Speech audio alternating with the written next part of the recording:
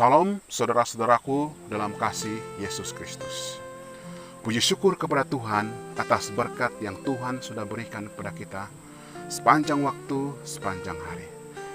Saudara-saudaraku dalam kasih Yesus Kristus, saya sangat senang membawa kita satu renungan pendek yang bertajuk Pokok.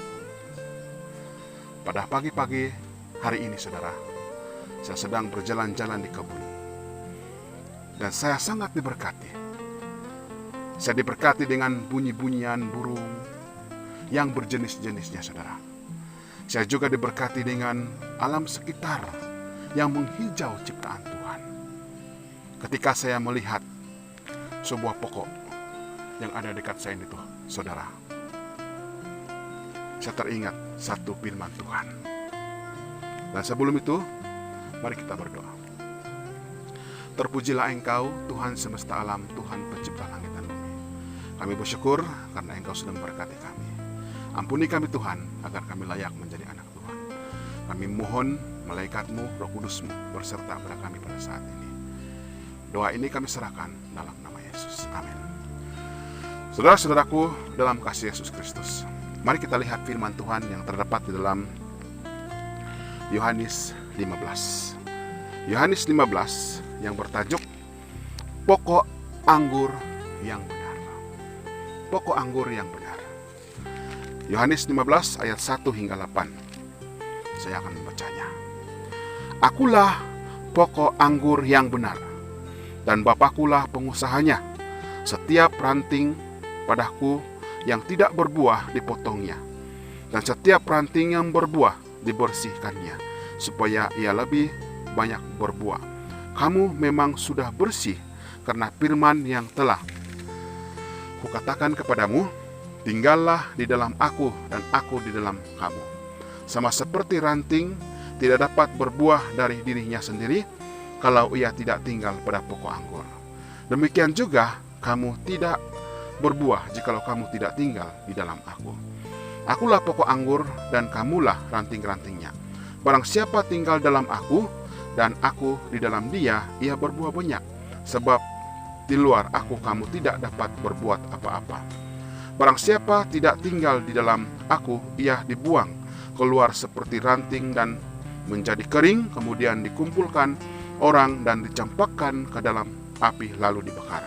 Jikalau kamu tinggal di dalam aku dan firmanku tinggal di dalam kamu, mintalah apa yang kamu kehendaki dan kamu akan menerimanya. Dalam hal inilah Bapakku dipermuliakan, yaitu jika kamu berbuah banyak, dan dengan demikian kamu adalah murid-muridku. Yohanes 15 ayat 1 hingga 8. Saudara-saudaraku dalam kasih Yesus Kristus, firman ini dinyatakan oleh Yesus sendiri. Saudara-saudaraku dalam Tuhan, saya percaya kita sudah mengenali Yesus. Namun pertanyaannya, adakah kita sudah benar-benar ada pada Yesus?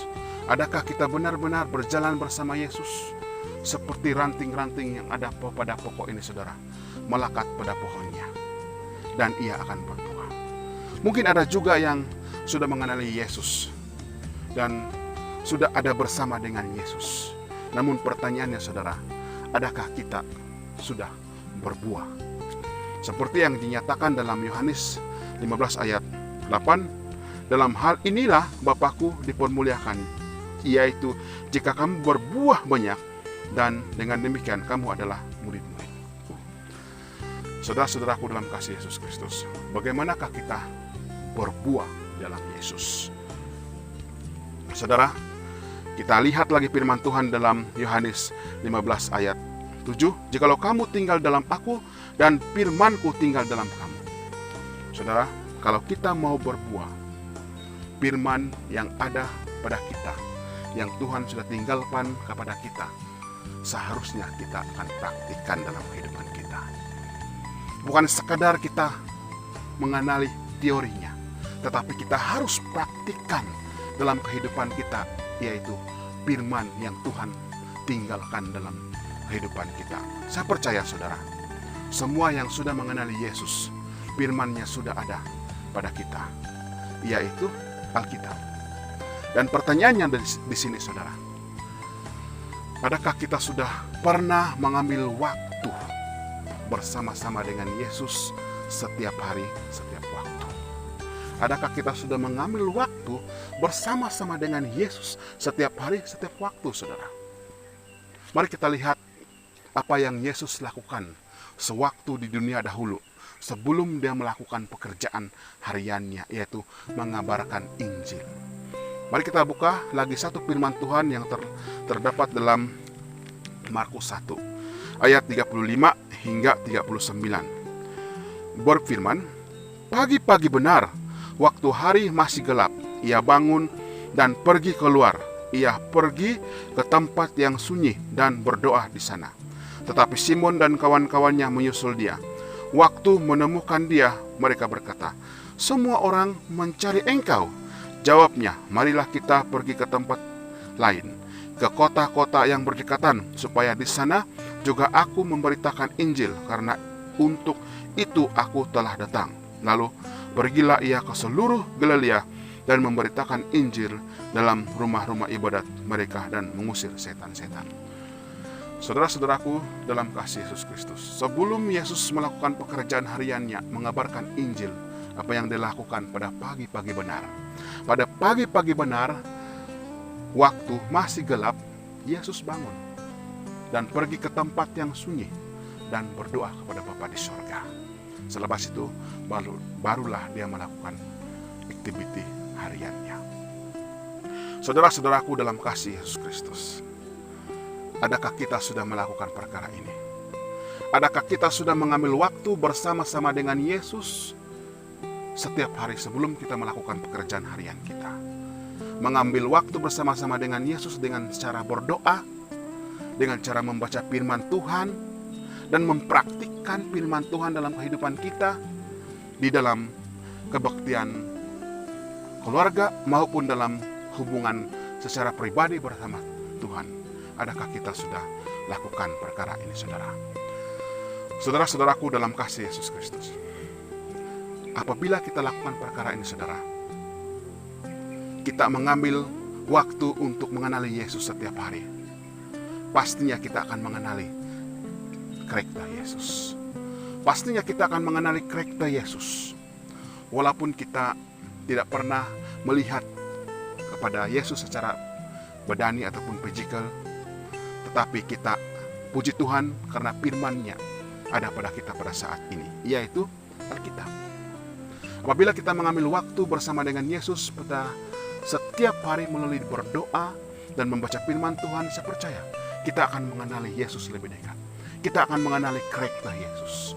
Dan akhirnya kita akan mengenali diri kita ini, saudara.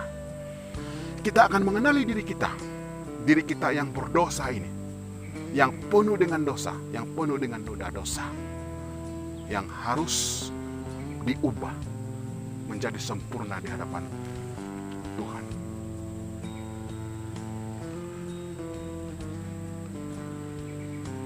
Saudara-saudaraku dalam kasih Yesus Kristus,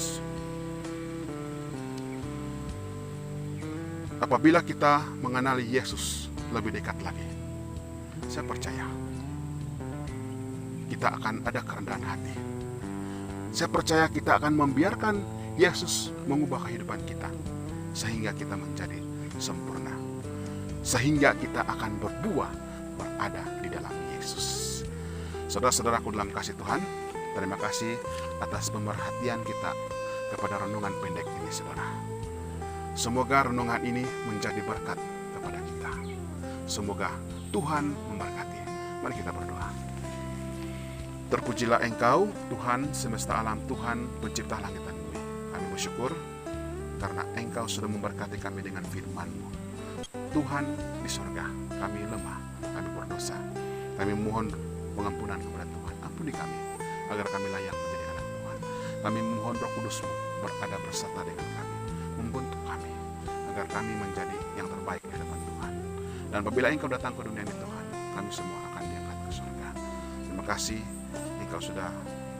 kami sudah diberkati Tuhan. Doa ini kami serahkan dalam nama Yesus. Amin. Semoga Tuhan memberkati kita.